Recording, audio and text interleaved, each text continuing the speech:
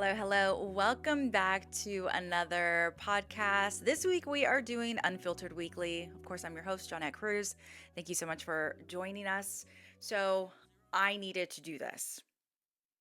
I needed to do Unfiltered Weekly, which, if you are just listening or just coming across this, Behind the Filter is the name of the podcast, and we have three umbrellas basically underneath Behind the Filter. We have Behind the Filter, which is our normal style segment where we do like an interview with somebody. So I'll have somebody come onto the podcast. It's a no niche type of podcast. I interview from everybody from all different walks of life for whatever things they do, as long as they have an amazing story that I want to share and I think people can benefit from it, then we're going to do it, right? So we have Behind the Filter. We then have the After Dark edition, which my bestie Ashley comes on, and it's your fun girls talk, very lighthearted, talking about social media, dating, relationships, being entrepreneurs, all that kind of stuff. And then we have Unfiltered Weekly. I'm a news anchor, I'm a news reporter, and I launched Unfiltered Weekly because I wanted to cover some newsy stuff. But I like to cover things that people either don't really talk about. But now we're getting into like the thick of the things that are literally affecting our entire world.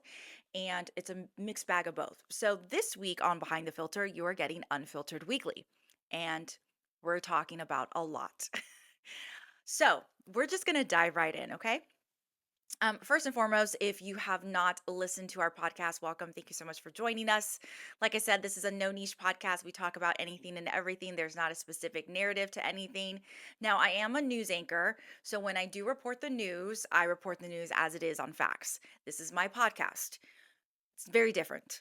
I report the news, but I will insert my opinion on things because it's mine and I can say what I want. So just an FYI on that. And same goes for everybody that comes onto the podcast. They're allowed to speak their own versions of their truths and what they believe. And sometimes I agree with people, sometimes I don't, but that is the nature of why I do what I do, because I want to be able to have civic discourse with people and deep conversations with people and understand their perspectives. That's what this podcast is about. Um, but you're going to kind of get a little bit of me in this episode in terms of what I stand for and my values. Um, so we'll just see how it rolls. I don't know. We're going to jump right in, I guess you could say. I have not on social media whatsoever have said my opinion on what happened with the Charlie Kirk assassination. And I know we got to the height of of everything happening and everything all over social media and everybody having their own views and opinions, and then the memorial and all the things. And so now, turning point is trying to get not back to normal but continuing on. I did share a few things because first and foremost I am a Christian, and I base off my life off of essentially biblical value or values from the Bible. Um, I did not, I would always see Charlie Kirk on social media. I knew like he would debate people and I knew that he was a Christian. I did not know the extent of the conversations he was having with people. I just always saw there was a big debate happening somewhere in some college campus. That's what I would see on my FYP. But I didn't really follow it too much. And I didn't really know specifically what even Turning Point was or anything like that. Um, but when everything happened, I was working, I was news anchoring. And to be in the newsroom and to visibly see that, it shook me. It was very hard to process, and the assassination hit when I believe we had just reported like two other shootings that day, and then there was a school shooting that day. So it was lots of death in a very short amount of time. And I was on my way to go get my son from football practice, and I lost it in the car. And I think more than anything, my mind was like, the first thing I just thought of was, how is my son going to grow up in a climate like this? What am I going to do? He's 15. He's a freshman in high school. Like, is this the way he's going to grow up? That he can't voice his opinion on what he believes in and is going to get persecuted for it. I I value human life. I value human decency. And I am not with the people who have celebrated on social media. I think it's absolutely disgusting, regardless of what side you're on. This, to me, this is a human issue. This is not right or left, you know? This is human decency. If you do not value a human life, full stop, respectfully, you can go over there. I want to be around people that respect people's lives and respect the value of a human life. And nobody should be, especially in this United States of America that we live in, should be persecuted for their own personal beliefs. Now, after everything happened, obviously, you start to see lots of things coming on social media. You start to see like all the Charlie Kirk videos. And so I started doing deeper dives on stuff too, because I was like, what did he say that people would hate him so much? And every video that I saw debunked what other people were saying. And the more I saw, the worse I got and the more angry I got. And it's because above all else, he preached Christianity. He preached to love Jesus and to love God. And I can relate with that. I can understand that. I was in ministry for 8 years. I have told my testimony on stage in front of people and spoke and sung on worship team and was visibly out there with my faith for a very, very long time. And to think that one day, just because I say I love Jesus and that's who I align with more morally and my values are in my faith, to know that I can be killed over that, I think it shifts, it changes the perspective, and I was really like, wow, this is what our world has come to. It's a sad day when you can't have civic discourse anymore. And that because someone said something that you didn't like, you went ahead and decided to assassinate them in front of the entire world. Now, I know there are a lot of conspiracies out there about what happened with Charlie Kirk, and I'm watching all of it. I'm watching Candace Owens, I'm watching Megyn Kelly, I am seeing the things on social media. Um, I am just taking in all of the information, but at this point, I felt like I needed to make a statement and say what happened was wrong, regardless of what side you're on. It does not matter. If you celebrated the assassination of somebody in cold blood in front of the entire world to see, I think you need to get your heart checked. That's a that's a low view of what you think of humanity. And I cannot wrap my brain around it. It just doesn't work. I don't understand. I would never ever celebrate someone's death in that way. And yeah, it hit harder for me because I am a Christian and I'm a mom, and we teach our son to be bold for his faith, for his love of God, and to stand up and to be different and to not be like everybody else. So what does that happen as the world keeps going and the political climate gets worse? What, we're just going to end up just killing each other over the a difference in opinion? It's insane to me. Um it's definitely have has put a mark in my beliefs and in what I think of people, and in especially on social media, when you have seen people that you thought you knew and then the comments they see or they say or write, I guess you can say, and to see that, it just had me taken aback. I've had to unfriend a lot of people, I've had to mute a lot of people, um because we are not the same. I value human life regardless of whatever side you're on. I value human life. And if you celebrate the death of somebody simply because they do not agree with you, then we are not the same. And that is my full stop and full take on that. So that's what I'm going to say about that.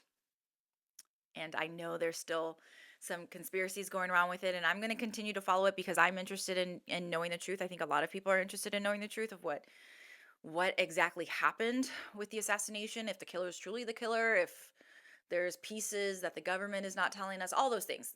I think we all, we live in a country where we should be able to question those things. And I am just following and I'm taking in the information.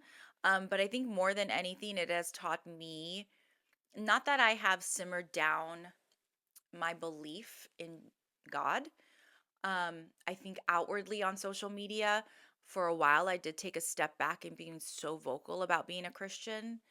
And it wasn't an anger that I had of God, it was the anger of human beings for me that I had to work through in some emotions of some things that I had to deal with. And I took a step back a little bit. I wasn't in ministry anymore. I still have my faith. I have a very, very personal relationship with Jesus, and I love everybody. I want everybody to follow Jesus, but if you don't, I'm not going to chastise you for it. I know everybody has different opinions, and my goal, and the goal, it should be a goal for everybody in Christianity, is to love people where they are, and all you can do is show them love through your works and your actions and how you respond to situations. And so that is what I do, and I will never ever judge somebody for how they believe what they believe because I've never walked in their shoes as well. So, um but because of all this, I think it's made me think like I need to be a little bit more outwardly spoken about what I believe. And I know sometimes with being a news anchor and being in media, that's kind of a fine line. But you know what? I've got it all over. It's tattooed on my body. I got a cross here. For those of you listening, I have a cross on my left wrist. I have Psalm 139 on my neck. On the left side of my neck, it's my favorite passage of the Bible. Psalm 139 verses, I believe it's 15 and 16. It says, the Bible says, "For you knitted me in my mother's womb. I'm fearfully and wonderfully made." Those are some amazing words in the Bible. So I have that on the left side of my neck. I have the word restored on my right forearm, and that's based off of a Bible verse in a season of life I was in. So I'm a walking billboard of a Jesus lover. So there's that. So you may see me be a little bit more vocal, but I felt like I just had to say something. It's taken me a while to process everything that has happened and all the hate that I have seen. I watched the memorial and I cried the entire time. The worship was beautiful, especially with me being coming from vocal team, and I served, and I loved worship, and I still love worship music. And to see that, it was like I was in church in my boyfriend's living room. But it was funny because I took a photo of me watching it. And I didn't check my DMs until probably like a week or a week and a half later. And in the requests, those are like for people who don't follow you, but they want to comment on something. Somebody called me a Nazi. Somebody told me I was racist and to go fuck myself. So that was nice. I've never been called a Nazi before in my life, as well as a racist. So that was interesting. That just shows you the political climate that we're in now. So I'm sure that's not going to be last considering how people are now. So I just hope people just think before you speak. Like watch your mouth, watch your tongue. Um just take a moment. Sometimes not everything needs to be verbally said. So that was my deal. So we have this big thing, right? Actually just talked about this on our afternoon show on WIBC.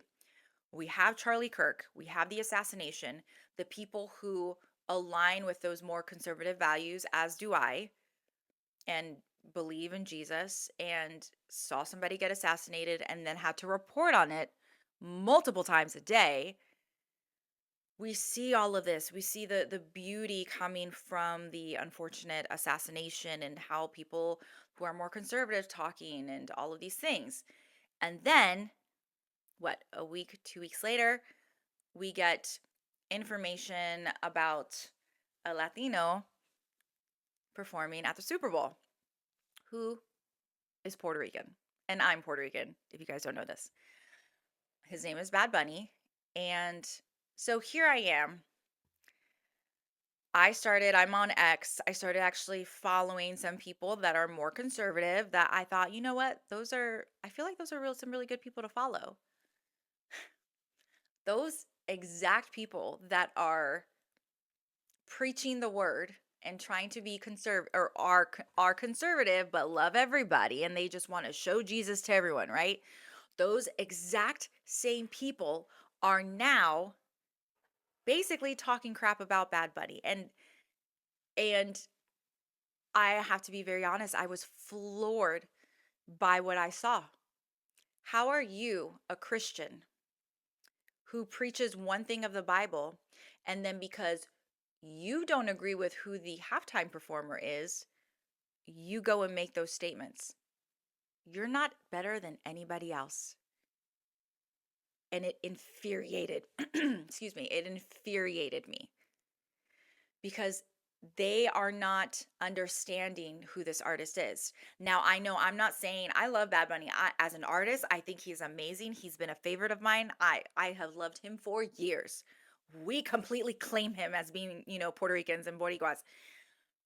And I don't agree with some of his stances in terms of some of the things he has been verbal about politically and some other things that he has said. I don't agree with him everything. As I didn't agree with all the things Charlie Kirk did. But I'm not going to anyways, you know what I mean.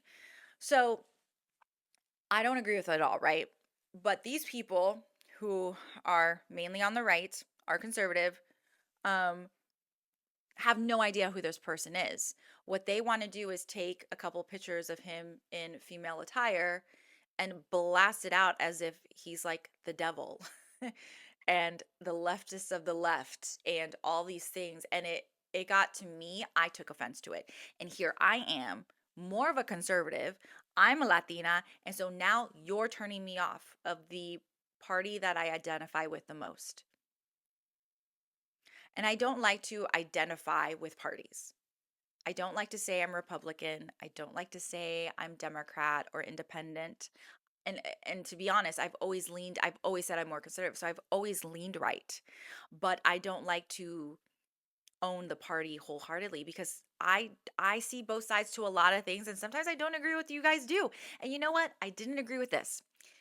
So for a person, for me to be a conservative and to be a Latina and to see all the love and everything that was coming out of a horrible situation, 2 weeks later, the same people flipping the game. And then all of a sudden I'm like, oh, okay, so we're back to where we were.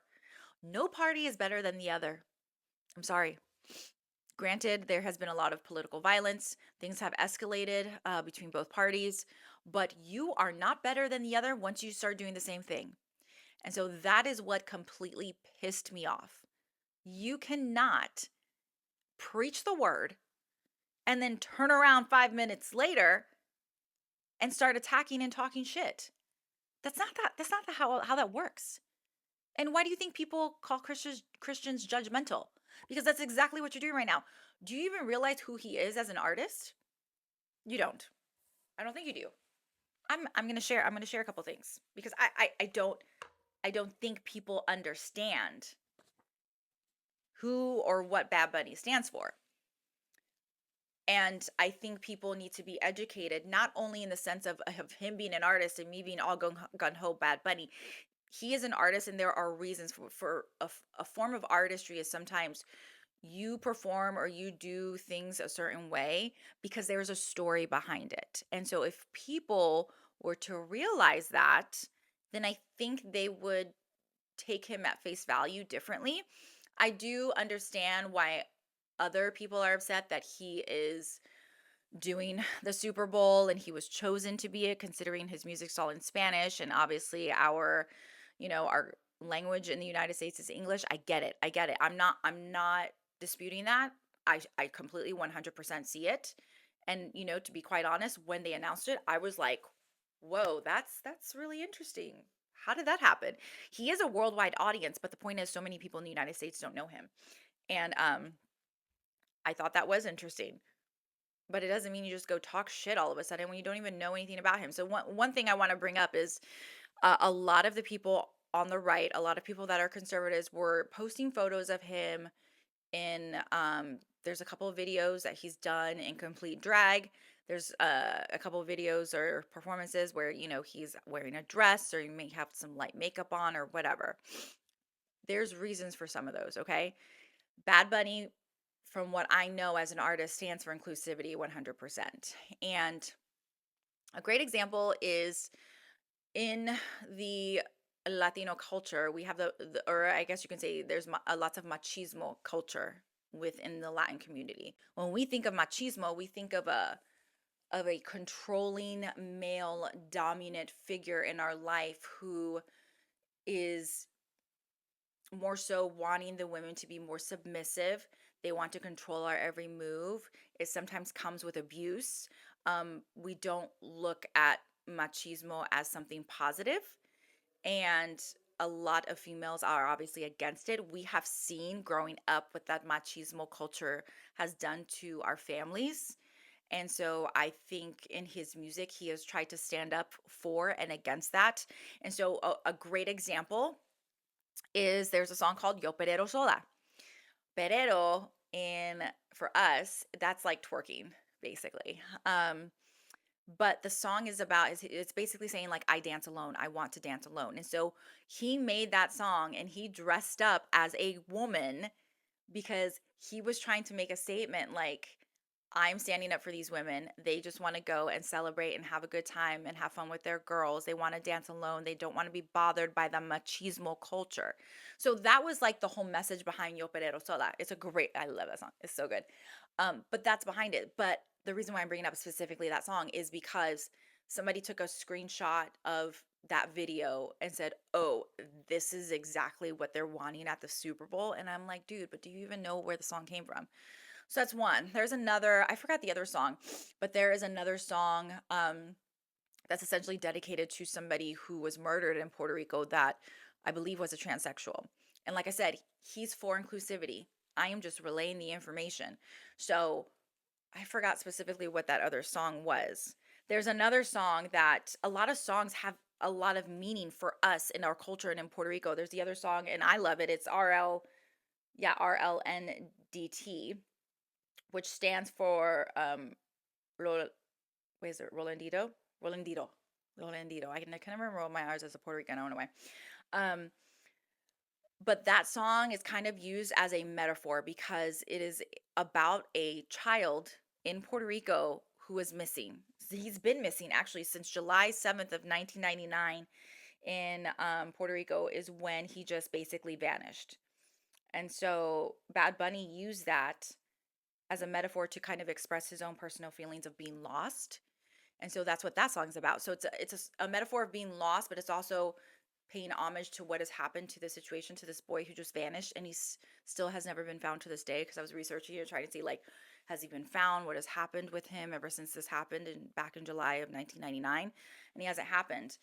Bad Bunny speaks a lot about the culture of Puerto Rico and the things that have happened in our culture and um, between the ideologies of statehood versus us completely being our own country, and that's a lot of things that he has stood for. And so for us as Puerto Ricans, we love how he represents the culture and we love how he represents the island, and he truly sees the pieces that are still being affected today.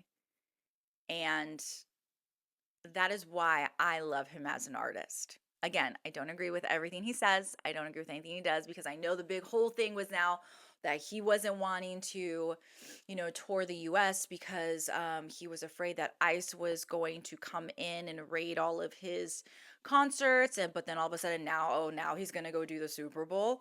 I get it. It's a valid point. Makes total sense. Do I think he probably could have answered it a little bit better? Sure. Um, but, I think also people are allowed to change their minds on things. He probably feels like he doesn't really need to answer to anybody. But at the same time, you are a U.S. citizen. Bad Bunny is, because everybody's a U.S. citizen who is Puerto Rican. Those are one of the racial comments I saw on social media.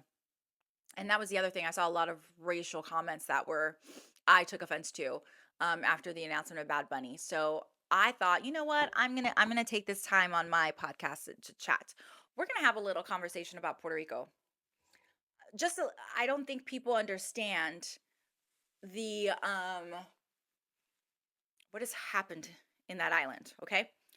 Um, so I just wrote a couple things, and then we'll get into some other stories that I want to talk about.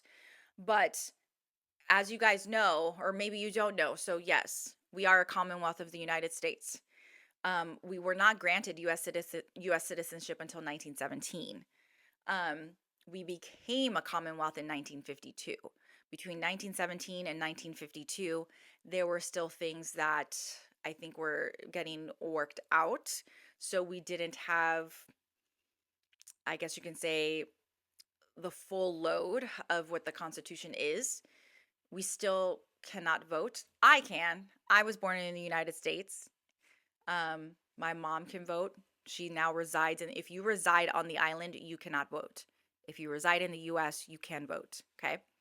But if you reside in the island, you can't. You can vote in the local government because we were able to govern ourselves on the island. And that was one of the things that happened in 1952. But they are not allowed to vote in any US presidential election. We can vote in primaries, but not in the elections. And obviously the local government official. Because the Constitution grants us a Republican form of government, essentially. We also don't have full representation in the US government as well. We have one person who is in the House of Representatives, but they're called a resident commissioner. They can speak and participate in committees and that kind of stuff, but they actually cannot vote on final passages of anything, cannot vote on any final legislation. So it's like we're a part of the team, but we're not a part of the team. And I think a lot of people have seen problems with that because our voices are not really heard. So I know that's an issue. So as I said, 1952, we were finally established as the Commonwealth. So the U.S. Congress approved a new constitution drafted by Puerto Rico, establishing the island as the Commonwealth of Puerto Rico, and it granted the island substantial internal self-government, but retained ultimate congressional authority under the territorial clause of the U.S. Constitution. So we had that, but in between then, I mean, we even had a time period where even there was a really big issue with the Puerto Rican flag. The Puerto Rican flag looks very, very similar to the United States of America's flag. Okay. Before, I think it was, what did happen in 1957?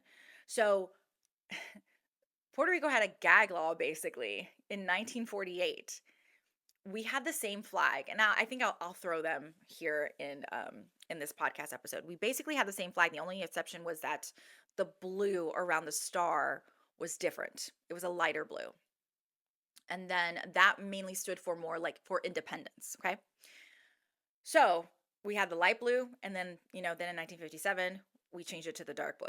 Once we established being part of the Commonwealth of the U.S. But the light blue that whole thing was repealed in 1957 when Puerto Rico finally became a Commonwealth. But there was an issue with that flag for a period of time before it was repealed in 1957. People were arrested and taken to prison. We couldn't fly that flag anywhere because to them it stood like we were against being part of the US. And there was a big long period where you couldn't fly your flag. And I think that's the reason why people are so proud of the Puerto Rican flag and we have so much like joy with it and we represent it in every single way we can because for a long period of time we weren't unable to do that.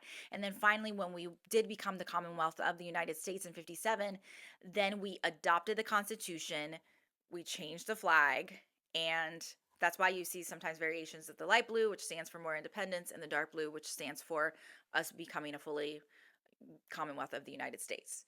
So that was a really, really big issue, okay, that people dealt with in the 40s and 50s in Puerto Rico. We also dealt with the whole with slaves being on the island. My own grandmother was essentially one picking sugar canes and sugarcane fields. As a child, she had to work.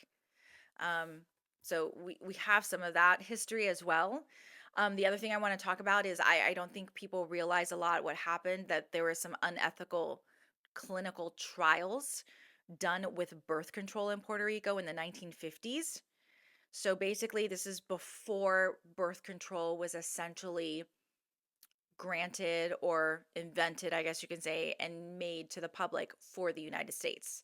They basically were doing unethical trials in Puerto Rico for the birth control pill. And so there was essentially a lack of informed consent with people. So it says the women, many of them who were poor and lacked formal education, were told they were participating in a clinical trial for an experimental drug. They were simply told the pills would prevent pregnancy. Crucially, they were not informed of the significant health risk or potential side effects. The concept of informed consent was not a standard ethical requirement in medical research at that time, especially when testing on marginalized groups.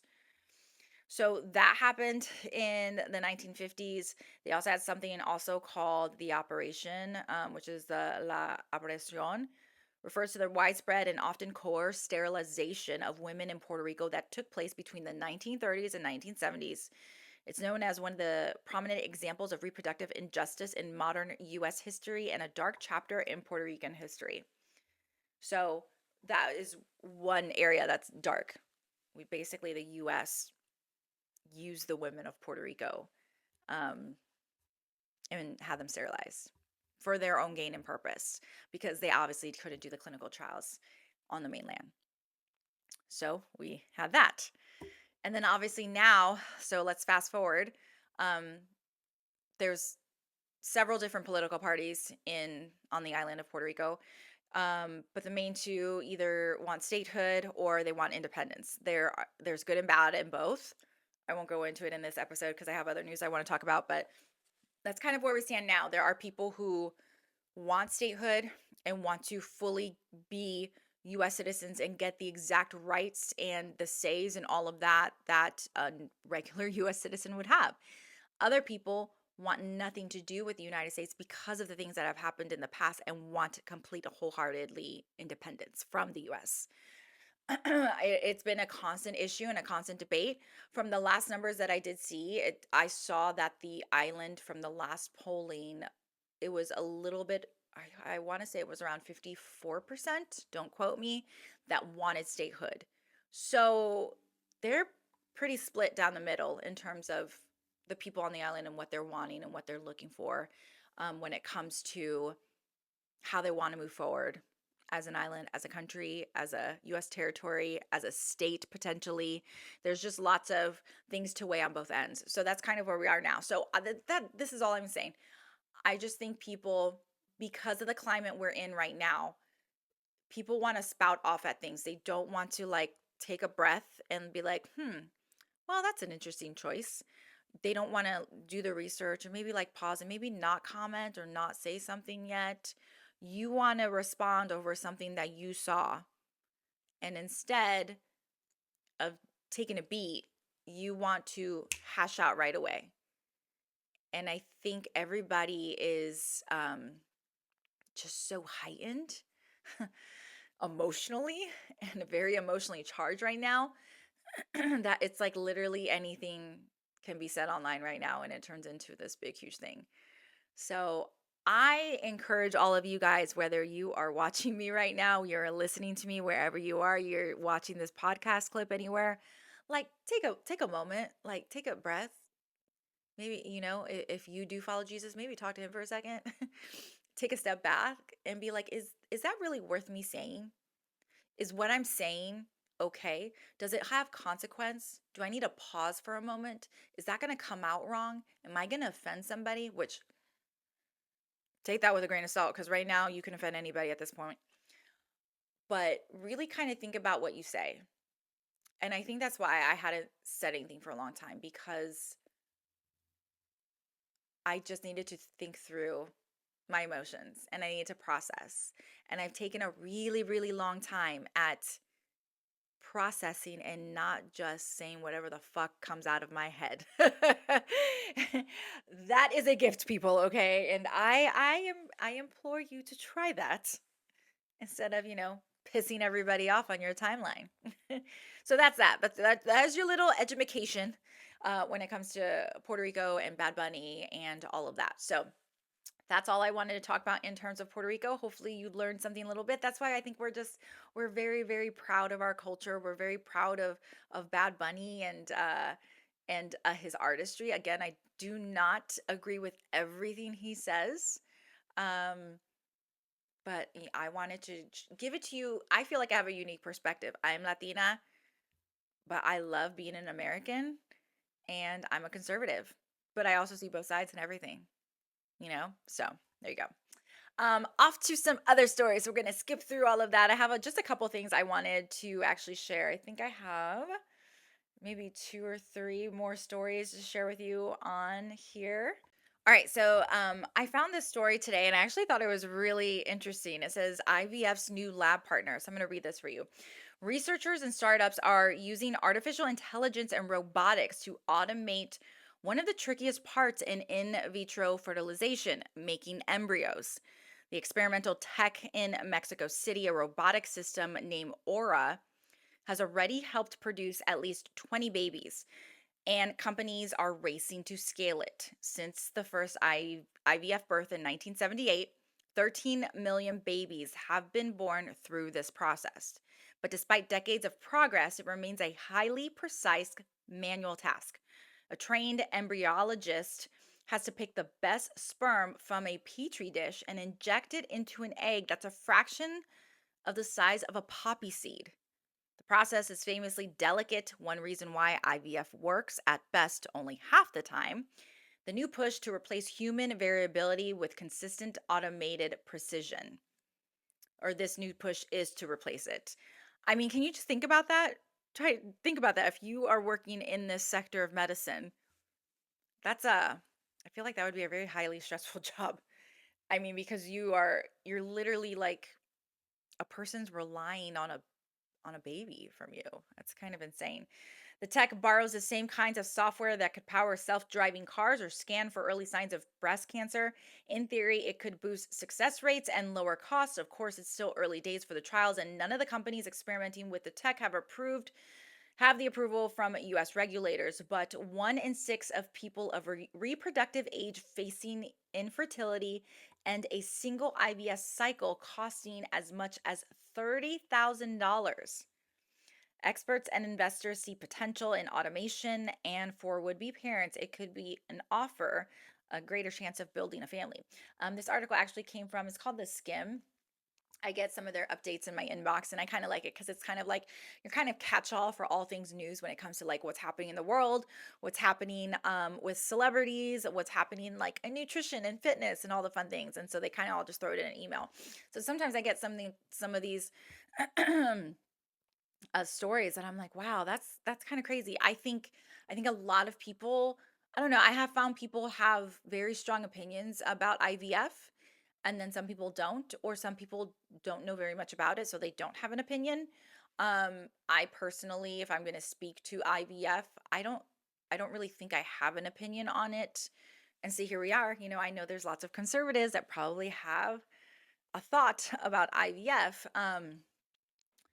And their issues or their beliefs or whatever, but I don't think I've probably ever been super educated in IVF because that hasn't been my story. And I haven't had to go through that. And so but I do know people who have used it, and I know that it has blessed them with an amazing family, and I see that. So yeah, so that's kind of my take on it. I guess I don't really have a specific opinion when it comes to IVF. I just thought that was interesting. A lot of things are getting moved in that direction, and I just found that super interesting for that. All right, so here is this story. Despite health warnings, pregnant moms turn to cannabis for relief. This is actually coming from the New York Post. As cannabis use rises among expectant mothers, a growing number of women are choosing marijuana to cope with severe pregnancy symptoms, even as medical experts in recent studies warn of serious health risks to the baby. A new wave of plant moms, is what it is in quotations, are turning to cannabis often out of desperation, while conventional treatments for conditions like severe nausea, anxiety, and chronic pain fail to provide relief. So they do speak with one woman. She's 30 years old. She's an entrepreneur. Her name is Tatiana Sanchez, and she's also a cannabis educator. She says the decision to use marijuana during her 2020 pregnancy was a last resort. She was actually diagnosed with a specific, oh gosh, it's hyper. I don't even want to say it because I'll butcher the name. But it's basically a severe form of nausea and vomiting during pregnancy. And she said that she found that standard treatments were either unavailable or carried risk she was unwilling to accept. She says in quotations, I chose to use cannabis then out of desperation because I believed it posed fewer risks than pharmaceuticals offered me. She said, noting that a safer pregnancy specific drug was unavailable due to shortages. And this article also says that the sentiment is echoed by others. This is 36-year-old Sophie Watkins, who struggled with nausea, restless leg syndrome, and high stress. She says cannabis in microdoses was one thing that consistently brought her relief without the heavy side effects of other pharmaceuticals. A recent national survey on drug use and health found that 6.8% of expected mothers used cannabis between 2021 and 2023, with vaping. I said smoking and vaping together. With smoking, vaping, and edibles being the most common methods. It says cannabis use in pregnancy has risen over the years, with the highest use reported in the first trimester. And that is a quote coming from Dr. Esther Chung. She is a reproductive endocrinology and infertility specialist. Many patients say it helps with stress, anxiety, insomnia, chronic pain, and nausea. And so now, obviously, people are saying, yes, it may come with some support, but there are still some health warnings with this. Despite users reporting therapeutic benefits, medical organizations maintain a firm stance against cannabis during pregnancy, citing significant risk. So you have the risk to the baby. A meta analysis of over, stop. A meta analysis of over 51 studies involving 21 million pregnant women published this May linked marijuana consumption to poor fetal development, low infant birth weight, which nearly doubled in use, preterm births, which increased by 50%, and even death. Lack of regulation. The FDA does not regulate cannabis products, meaning doses and labels can be unreliable. According to Dr. Chung, the current medical consensus is that no proven benefit outweighs the risks. So, obviously, there are still some risks to it. These women, though, are actually finding communities in different places. So it says for women who choose to use cannabis, the decision is often carefully considered, but is frequently kept a secret due to the social stigma and lack of professional support. So they basically say, these women, that they both have avoided discussing it openly with their doctors, noting that the response she received was not very good or supportive. I mean, you wonder why. That's why. In the absence of medical guidance, these mothers are forming online communities on platforms like TikTok using hashtags like hashtag Canamama and hashtag PlantMom to share advice, discuss risks, and seek reassurance. I don't know about this. I have to be honest. I get it. Every woman is pregnancy is different, and we all have issues when we have pregnancies. I had my own, but that was more on my autoimmune disorder side of things. Um, the nausea wasn't too bad for me, but I have heard of women having this horrible, horrible form of nausea and vomiting, and it's very detrimental in terms of like the health the health of the baby, because you can't keep any nutrients down. I don't know about using that as a form to help. Obviously, I know now, the views have changed with cannabis, and it's very effective in lots of different diseases, also with anxiety and depression and all of that. And I love that, um, because I myself, I'm not a fan of pharmaceuticals considering the amounts of things I've had to take within my own health. But I would probably err on the side of caution. Just if I'm being pregnant, I'm not quite sure what it would be doing to my child long term. And obviously, it still says that there's a risk to the baby. So I don't know. It's an interesting story. I'd be interested to hear what you guys think about pregnant women using cannabis for relief instead of pharmaceuticals. But I'm also been I've been separated from that side of health for a very long time. My child is 15, so back in 2010 when I had him, and so I was pregnant in 2009. Um, yeah, I don't think I really took anything. Now I think about it. I think I maybe took maybe Tylenol. And I know Tylenol is a touchy subject right now with autism, and the recent studies that came out. But I felt like the only thing I did take, I think, was Tylenol. And I took very little, and that was just because there was, gosh, I would get some horrible, horrible migraines when I was pregnant. But yeah, other than that, I don't know. So I just thought that was an interesting story.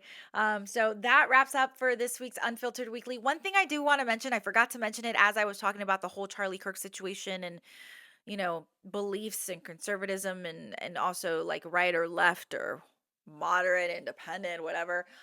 I want to say this to me, and take it, leave it, agree, don't agree, I don't care. It's my podcast and I'm going to say what I need to say.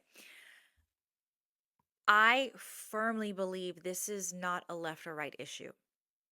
This is a human issue. This is a human heart issue. This is a spiritual issue. We are at war, okay? There is evil in the world. We already know that. Evil wants to take precedence over this place.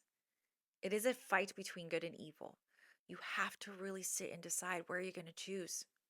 What are you going to choose? That's the side you need to choose, good or evil. It's not about left or right. It's not about being a Democrat or Republican or a liberal or conservative. It's between good and evil and where your heart is. Where does your heart reside? What's your soul doing on the inside? I think there's much bigger pieces at play here. And I think evil likes to muddy the waters. I think evil likes to come in and stir the pot and likes to be like, let me drop this bomb and I'm going to walk away because I did my job. And then chaos begins. And I think we're so much smarter than that. And we just need to watch for those moments. So that was one thing I really wanted to say because I firmly believe it is a spiritual battle. We are in battle. And take it for what it's worth. So anyhow, glad you hopefully enjoyed this episode of Behind the Filter Unfiltered Weekly Edition. After Dark with Ashley will be back. I also have another episode coming up with the interview for Behind the Filter, the regular part of the podcast. And we have a couple of other people that I'm going to be having on that I'm really, really interested in having some deep, deep conversations. And I may not agree with them, and it may be a challenging and engaging convo, but you know what? I am here. I am here to hear people. That's what I love to do, and I love to be able. We're all different, and it would be boring if we were the same. So that's all I got for you guys. I'll see you guys next week. Bye.